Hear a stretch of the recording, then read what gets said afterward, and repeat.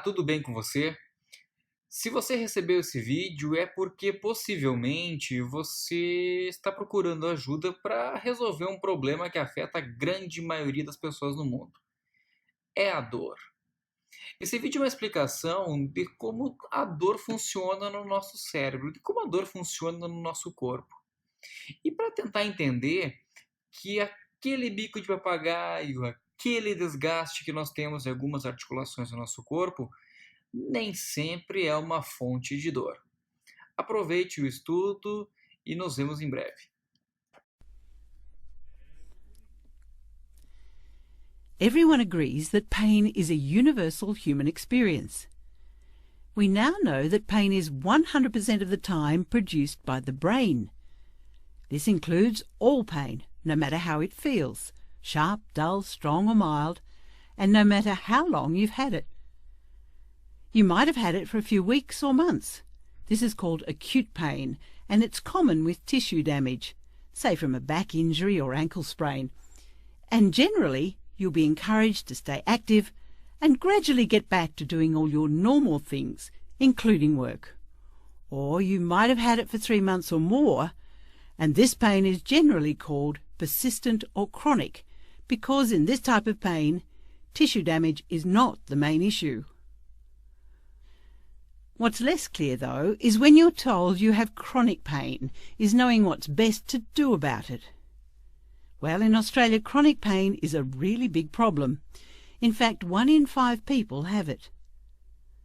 Having a brain that keeps on producing pain, even after the body tissues are restored and out of danger, is no fun. Some people say it still feels like they must have something wrong. But that's just it. Once anything dangerous is ruled out, health professionals can explain that most things in the body are healed as well as they can be by 3 to 6 months. So ongoing pain being produced by the brain is less about structural changes in the body and more about the sensitivity of the nervous system. In other words, it's more complex. So to try and figure out what's going on, you need to retrain the brain and nervous system. To do this, it's helpful to look at all the things that affect the nervous system and may be contributing to your individual pain experience. What can help is to look at persistent pain from a broad perspective, and by using a structured approach and a plan, it's less likely that anything important will be missed. Let's start with the medical side. Firstly, taking medication can help, but only to a limited extent. It is the more active approaches that are necessary to retrain the brain.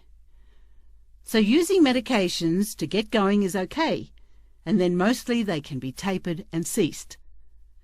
Some people also think surgery might be the answer, but when it comes to a complex problem like chronic pain, surgery may not be helpful. So if you're thinking of surgery, it's best to get a second opinion, and remember to consider all the things. Next, it is helpful to consider how your thoughts and emotions are affecting your nervous system. Pain really impacts on people's lives, and this can have a big effect on your mood and stress levels. All those thoughts and beliefs are brain impulses too, but you can learn ways to reduce stress and wind down the nervous system. This helps with emotional well-being and can reduce pain as well. The third area to consider is the role of diet and lifestyle. Now, it turns out that our modern lifestyle might not be so good for us. In fact, what we eat and how we live may really be contributing to a sensitized nervous system. Looking at all the things like smoking, nutrition, alcohol, and activity levels, and seeing if there are any issues is a good beginning, and these things can go on your plan. Then there's often enormous value in exploring the deeper meaning of pain and the surrounding personal story. By stepping back and looking at all the things that were happening around the time the pain developed, many people with pain can make useful links between a worrying period of life and a worsening pain picture. For many, recognizing deeper emotions can be part of the healing process. Last, but by no means least, is physical activity and function. From the brain's perspective, getting moving at comfortable levels without fear and where the brain does not protect by pain is best, and you'll gradually restore your body's tissues. So, to sum up pain, it comes from the brain and it can be retrained, and when looked at from a whole person or broad perspective, gives you a lot of opportunities to begin. So, get a helping hand if you need it, set a goal, and begin.